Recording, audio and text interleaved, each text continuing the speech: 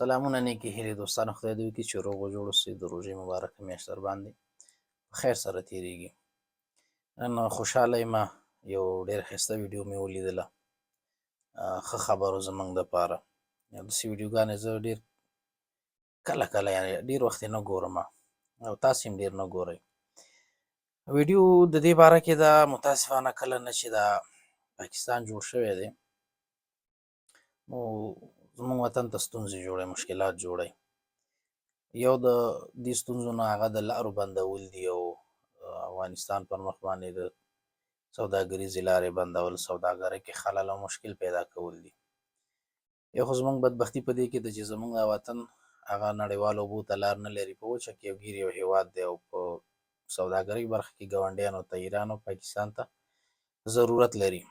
سره د دې چې موږ د پاکستان سره تړون لرو او دا تړون واضح لیکل شوي دي چې سیاسي ناندرۍ او سیاسي مشکلات به په اقتصادي او تجارتي معاملاتو باندې اثر نه غورځوي، یعنې تجارت او سیاست سره نه ګډوو، لکه دې کې د دواړو ملکونو اقتصاد ته تاوان دی. ولې بیا هم د ډېر وخته نه د پاکستان د جوړېدو نه تر اوسه پورې دوی خپلو خبرو نه دي ولاړ او تل یې په افغانستان باندې دا لاره بنده کړې ده او یو پنجابي یو راپور جوړ کړی دی.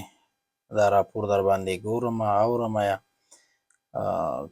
خوند ترې واخلئ، که په معنا یې نه پوهېدئ خیر دی، زه یې درته معنا کوم بیا انشاءالله تاسې یو ځل دا خبرې واورئ. صحیح ده.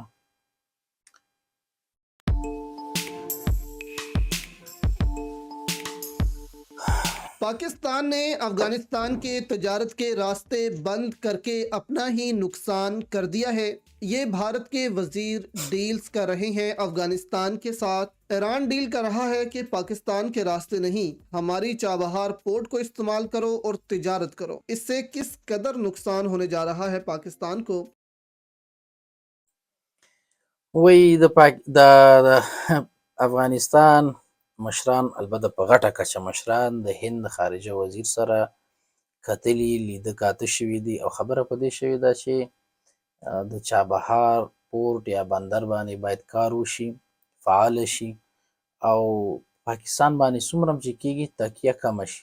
دې کې د هند او افغانستان دواړو ته ډېره ګټه ده، بلکې ایران ته هم ګټه ده او پاکستان ته تاوان دی، ځکه دا هر څه د پاکستان د لاسه. रखते हैं अब अफगान ताजर पाकिस्तान की तरफ से दोस्तों सामने आने वाले मसाइल पर रास्ते तब्दील कर रहे हैं। तालिबान हुकूमत बरसरे इक़्तिदार आने के बाद से पाकिस्तान और अफगानिस्तान के दरमियान कशीदा सियासी सूरत हाल ने दो तरफा तजारत को भी मुतासिर कर दिया है, जिसके बाद अफगानिस्तान के ताजरों ने तजारत के लिए ईरान और वस्ती एशिया के मुतबादिल रास्तों का रुख कर लिया है। अफगान ताजरों की तरफ से तजारत के लिए मुतबादिल रास्ते अपनाने की वजह पाकिस्तान की तरफ से आयद पाबंदियाँ और मुल्की सरहदी गुजरगाहों की बंदिश के साथ साथ राहदारी टैक्स में इजाफा बताया जा रहा है।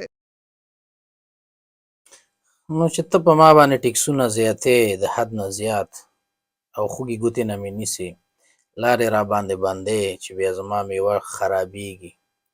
ټیلرې دغه وروستیو کې 4,000 ټیلرې هلته ایسارې وي، ته دا ایسارې برناحقه او ما نه په زرګونو په لکونو ډالر غواړې چې دلته ما ته بانک کې ضمانت کېده. تا سره څنګه زه ډالر کېدم؟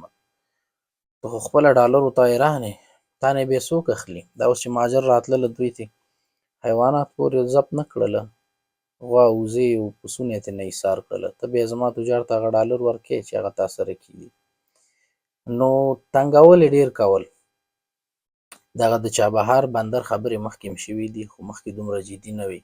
دا ځل خبرې جدي دي، یقین وکئ ډېرې جدي دي او نتیجه ورکوي और नतीजे में इंशाल्लाह अफगानिस्तान में बैनुल-अक़वामी खबरसां इदारे की रिपोर्ट के मुताबिक Pakistan Afghanistan joint chamber of commerce Khyber Pakhtunkhwa और Afghan chamber of commerce and investment Kabul के अहदेदारों के एदाद-ओ-शुमार के मुताबिक पिछले कुछ अरसे में बड़े तजारती रास्ते पाकिस्तान से ईरान मुंतकिल हो गए हैं और अफगान ताजरों वस्ती एशियाई ममालिक में मजीद मुतबादिल रास्ते तलाश कर रहे हैं। खित्ते में खुश्क मेवाजात की बरामद करने वाले अफगान सूबे कंधार के ताजिर का कहना है कि चमन सिपन बोल्कन क्रॉसिंग बंद होने के बाद वो अपना सामान तजारत ईरान और वस्ती एशियाई मुल्कों की बंदरगाहों के जरिए बरामद कर रहे हैं। पिछले दिनों ईरान की नमरूज और बंदर अब्बास के जरिए 156 टन मेवाजात कजाकिस्तान, उज्बेकिस्तान और चीन के जरिए 50 टन फल बरामद कर चुके हैं। तो इससे आप दोस्तों देख सकते हैं कि अफगानिस्तान ने अपने रास्ते अलग कर लिए हैं और पाकिस्तान को इसका बहुत ज्यादा नुकसान होने जा रहा है। अब अल्हम्दुलिल्लाह लाखों करोड़ों अल्हम्दुलिल्लाह। डॉलर्स जो पाकिस्तान इससे कमा सकता था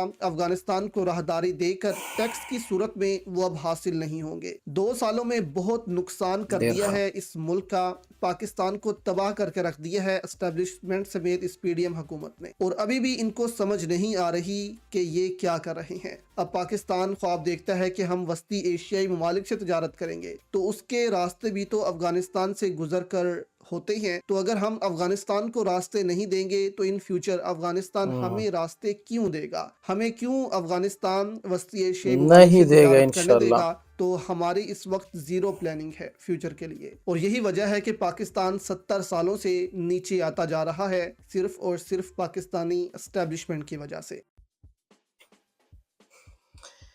ښه. نو فریادونه مو واورېدله. خلک ډېر خفه دي. خلک شوق کې دي چې څنګه چل دی. دا کم ګیم وشو موږ سره. موږ څه فکر کولو او دا څه وشو.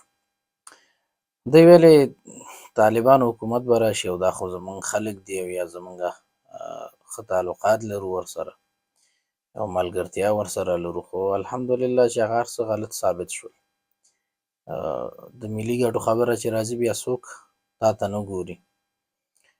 بله خبره دا ده چې کله هم زموږ بدیل پیدا شولو نو انشاءالله چې په پاکستان باندې به د مرکزي اسیا ته لاره بندوو او چغې به وباسو، لکه څنګه چې زموږ رانیولي وو، موږ یې ځورولي وو. دغسې به انشاءالله نه د پاکستان بوره، نه د پاکستان سمټ او هیڅ شی به هم مرکزي اسیا ته ونه رسیږي. خبر څنګه او خوند یې درک و، خوشحاله شوئ؟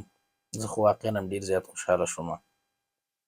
نو که خبر خوند درکړی وي او خوشحاله شوي یې، ویډیو در سره لایک کړئ او چینل خو باسم سبسکرایب کوئ. د خیره سره مننه. ښه وخت، ښې چارې.